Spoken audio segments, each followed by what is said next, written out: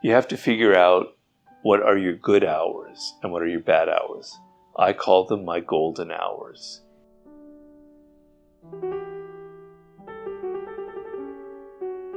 Well, people want to know what kind of habits I do to improve the overall quality of my life. I'm very much a creature of habits, almost to an absurd degree. I use these habits to kind of give an order and a kind of ritual-like feel to my life that is very pleasant and calming. So every morning I wake up, and the first thing that I do is I get on these pillows and I meditate for approximately 40 minutes. I can't emphasize what a great practice that is. I do Zen meditation, as people know, but I don't care whatever form is good. The main thing is what it does is it grounds you for the rest of the day, and it makes you go, all right, it's a new day. It makes you focus on the fact that you're alive that particular morning, that it's a day that's about to happen, and it's almost this kind of sacred thing that you're going to fill with various different activities, but you're like greeting the sun. You're greeting, if there is sun, it happens to be I'm in Los Angeles, so I say that every morning there's usually sun. But you're greeting the clouds, you're greeting whatever it is, right? And it grounds you. It's just so pleasant to have that. And if ever there's a day, which never happens anymore, where I can't, I'm so miserable. I feel so lost. I feel like, I don't know, I just feel like jumping off a cliff. I just have to have that. So I really, really recommend that every single day of your life. Then I have my work habits.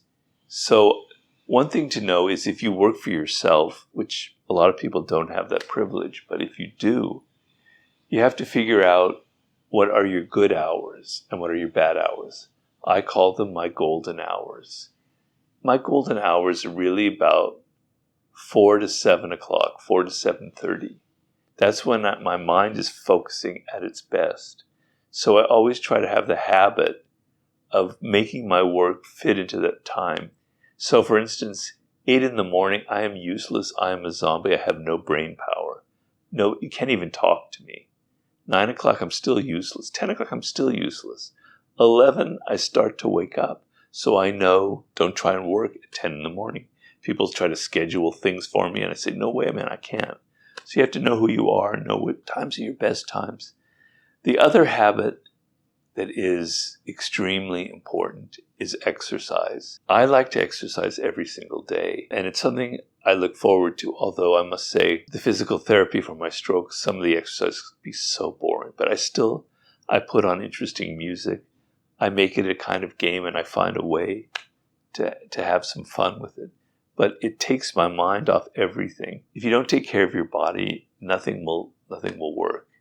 And so having that hour, I'd say at least an hour every day if you can, or 45 minutes of exercise. Some days I like to do it in the morning after my meditation. A lot of times I do it at night before dinner. It doesn't matter. You carve out that period of time. And then I like to take a nap.